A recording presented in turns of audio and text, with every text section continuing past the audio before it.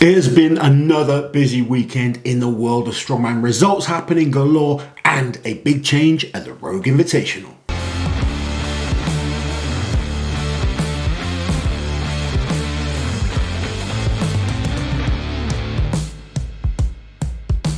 Auntie Liz, lots of strongman competitions happening this weekend. The big one was America's Strongest Man and Strongest Woman. However, other competitions happening. We've had the SCL in Cyprus this weekend, a beautiful part of the world. We've had the Arnold's Europe, and the winner of the Arnold's Europe is qualifying for the Magnuson Classic. So let's get into some of the results to start with. So a few changes at America's Strongest Man this year. It's being run by Strongman Corp, which was taken over since last year. So that's now run by James and Lynn Morehouse, who runs the official Strongman Games. So now that we've got that connection, not only was it live streamed on official Strongman, so we could all enjoy from home, it's actually a qualifier now for Giants Live, which means Lucus Hatton, who is now a two-time winner of America's Strongest Man, has an official Giants Live invitation. He does indeed, and congratulations to Lucas. Certainly deserves the invite to Giants Live. However, he was the big favourite going into this, and it was a close battle up until the end.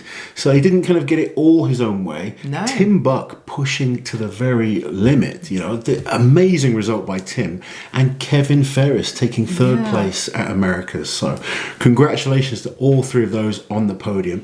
But yes, we are going to see Lucas Hatton at Giants Live next year. So we also had America's Strongest Woman at the Olympia, and that was won by Olga Lyshuk, with Nadia Stowers in second place and Erin Murray in third place. Nadia and Erin, both not open weight competitors by nature. They compete in, well, Erin's competed in a couple of classes. Nadia is an under 82. Yes, both of them. When it comes to worlds later in the year, I think Nadia's going to be in the 82s, and I know Erin is doing the 73s. So her body weight way down right now. Erin did the middle weights and the opens as well. So she did all the events twice. She did. So, you know, we had a discussion about this beforehand.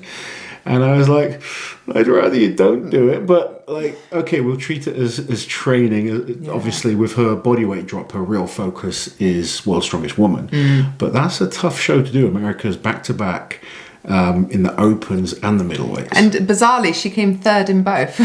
She did indeed. So the midweight women's competition was won by Summer Johnson. Absolute beast, yes. I don't know any other way to describe Summer. Lovely girl. Like, we've met her, spent time with her. Really sweet. Complete beast. She is just ridiculously strong. So I think strong. she's deadlifted 300 kilos. I think 308 kilos. She is an under 82. Under 82 kilos. Woman. Just an absolute tank. Yeah. Hope she doesn't mind being described as a tank, but she is so strong. She is a tank. And in second place in the midweight women's was Jessica Mitchell. Good result. And then we had the middleweight men's competition, and that was won by our buddy Nikolai Myers. So congratulations, great to see him on top of a podium again. He's had a couple of injuries, you know, maybe not the best results in the last year or so, but he is back and he is winning America's Strongest Man. So we're really pleased to see that. Second place, we had Derek Owens, and in third place, Nick O'Hare. So yeah, congratulations again to the podium there. But we do have a soft spot for Nikolai Myers. I love Nikolai Myers, Uncle Nick. Uncle Nick, he's got an even more impressive, well, much more impressive beard than me. Way more, yeah. But he's impressing as a strongman again as well. Just like literally 5 minutes before we kind of went on to record this as well, one of my clients who just won America's Strongest Disabled Man took the title again. So I just wanted to give James Spurgeon a bit of a shout out. This guy is an absolute beast. I'm going to make a little video on him, to be honest, because some of the stuff he does is tremendous. But just because I coach him, I wanted to give him a little bit of a shout out on there. And yeah, he is America's Disabled Strongest Man once again, and super proud of him. So like you said, we also had Strongman Champions League Cyprus, getting very close now to their finals. So many shows this year. I think it's 13 or 14. Yeah, it's every month. Well, every couple of weeks. And this again was won by Adam Roszkowski. This is his third Strongman Champions League win this year. He's having a great year. Yeah. In second place was Peter Juhas. We met him in Estonia this year. Yeah, lovely guy, and he's had some great results this year as well. Yes. Another podium for Peter, great to see. And in third place was UK's Kane Francis. So he's competing this weekend, isn't he? He's doing the World Tour final. Kane is a busy man, loving life, loving strongman, and another podium for Kane Francis. So as well as those other shows, we had the Arnold Europe this weekend, and the winner of this show is qualifying for the Magnus Firm Magnuson Classic. Now the winner was from Georgia, and he's called Nicholas Letidze, I believe. I've probably messed that up. However, I was looking into his results. He came second at Georgia's Strongest Man to Janasha, who we all know in the strongman world. So it's going to be interesting to kind of follow this guy's journey and see how he gets on at the Magnus Firm Magnuson Classic. Second place was from France, was Alexandre Houlin. And in third place, we had David Palowski, who we know pretty well now. We've seen him a few times in the Champions League. We've seen him compete on the UK scene, lives in the UK, but represents Poland. So that's all the results done. Obviously, we've got the World Tour finals coming up this weekend, but more news and changing in the world of strongman. Alexei Novikov is officially out of the Rogue Invitational. Pavlo Kordiaka, 2023 Europe's Strongest Man, in his place. So Pavlo, he was the reserve for this competition, so he steps in for Alexei Novikov.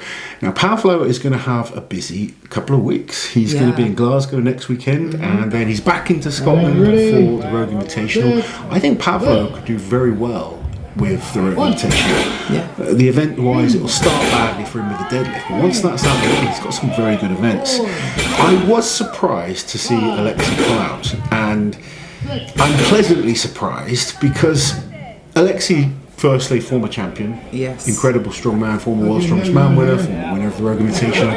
He has been struggling. He has. And he's been struggling, but still turning up. And sometimes athletes do this. They turn up because there's a guaranteed payday, even if it's not the most, they want to just get that prize for turning up.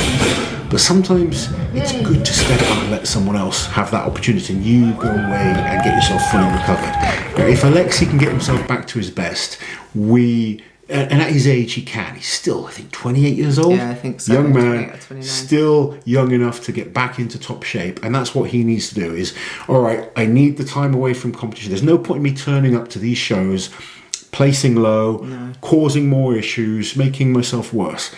Give himself that time to go away and get himself fully fit, because we say it all the time, but a fully fit, well-prepared Alexei Novikov is a beast. Just go back to 2020, 2021. This man was winning show after show after show, beating everyone in the world. He needs to get himself back into that kind of shape, because when he is, he's an exciting strongman to see, and we wish him the absolute best. I think it's the smart decision to make. We've seen other athletes do this before, where they've kind of decided, okay, I need to give myself this break. Let's let Pavlo have that opportunity. Let's let a guy who's feeling fit, that's going to turn up and perform. I think sometimes athletes, they know they're not in their top shape, but they still go to shows anyway, and then we watch them and we're disappointed. Things can happen at a comp, obviously, of course. But when you go to the show knowing you're less than your best, sometimes it's not the best for the fans. It's not the best for yourself as well, because you can't represent yourself in the way that you want to. It's not good for the promoters. This way we get to see an athlete come in who's in shape and training hard. An athlete that needs a bit of a break is going to take that break, allow himself to recover, and hopefully we see him back to his best in 2025. Quick and simple news video today, Lassie. We've got a busy week. We are travelling up to Scotland on Thursday for the World Tour final. World Tour finals to look forward to. If you guys are free, Wednesday we have Magnus Firm Magnuson. He's going to be live on the channel talking about the up and coming competitions, but particularly his competition, the Magnus Firm Magnuson Classic, which is growing every single year. The lineup looks good for that, and we will be announcing the events live with Magnus. Tune in for that. Hope you guys enjoyed the video. Don't forget, like, share and subscribe to the channel, and we'll catch you guys next time.